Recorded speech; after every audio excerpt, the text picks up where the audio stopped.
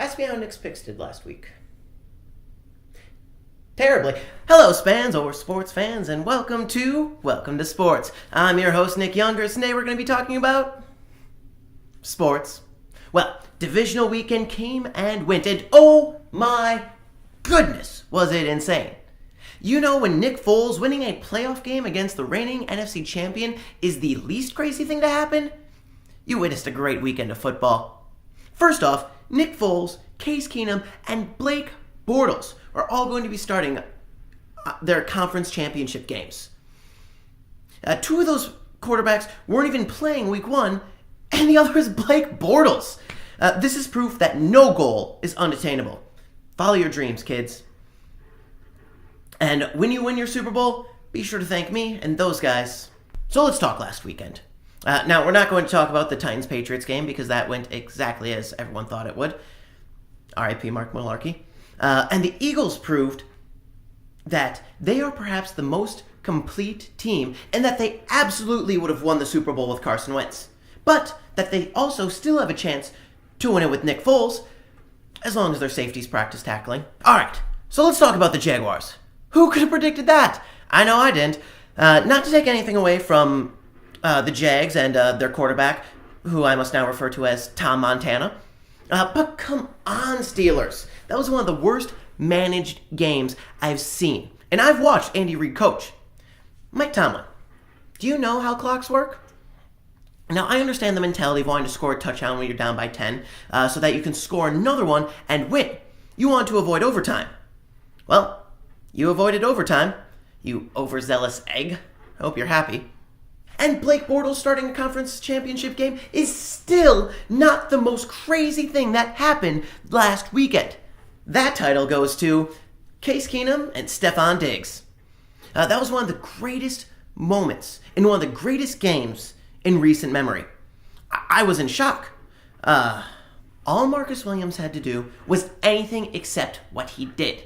Of course, if he tackles Diggs, the Saints win the game. But even if he pushes him out of bounds, the Vikings still have to make a game-winning field goal in the postseason, which is something that they've struggled with in recent memory.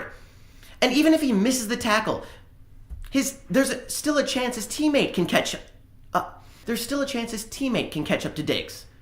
But no, he tackles Ken Crawley, and the Vikings are headed to Philly. But you know who just became the biggest Eagles fan? Marcus Williams. Look, if the Vikings lose next week, yes, that play will still be remembered forever, but at least you won't be remembered as the guy who gifted the Vikings the Super Bowl. And if they do win it all, well, at least he'll become a hero to Minnesotans. Now on to Nick's picks. Last week I went 1-3. And it was pointed out to me that flipping a coin would give you a better record than listening to me. That's why I'm adding to this week's segment, Nick versus the coin. For the coin, heads will be the home team, and tails will be the away team. Should have named it Nick's Flips. First is Jaguars versus Patriots. Let's go, Jags. I've already established Nick's picks as something that's consistently incorrect. What have I got to lose? And look, everyone has been sleeping on Jacksonville all season, so I'm going to wake up and pick them. And for the coin,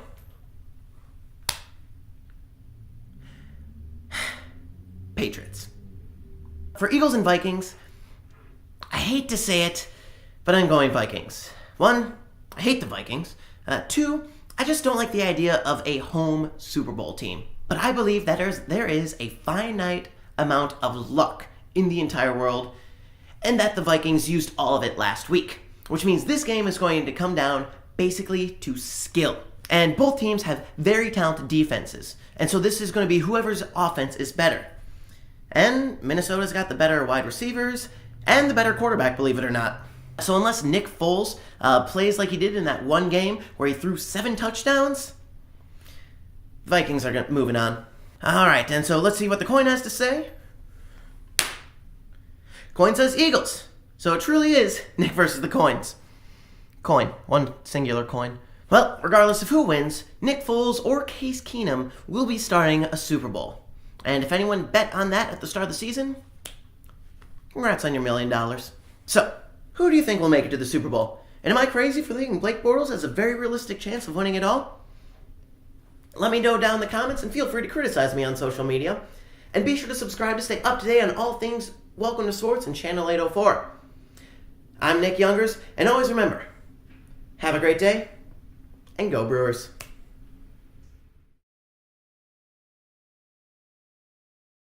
And it was also pointed out to me that flipping a coin would give you a better record than listening to me. I forgot to grab a coin for this bit. I mean, I have some. I'm putting this in. No, you're not.